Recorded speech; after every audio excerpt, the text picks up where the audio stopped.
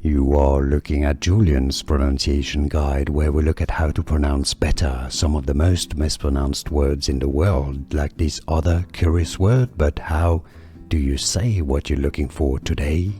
Let's learn once and for all how to pronounce this word correctly. If you want to learn more confusing vocabulary in English, stay tuned. We got many more videos for you at the end of this one.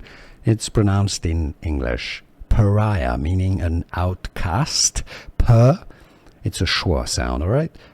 Generally, some may say it a bit more as pariah, but that's fine. The stress is on the ra syllable. British English and American English pronunciations are similar here. Pariah. Here are more videos on how to pronounce more confusing words and names too many mispronounced. Like this video if you found it useful. I appreciate your support. I'll see you soon and thanks for watching.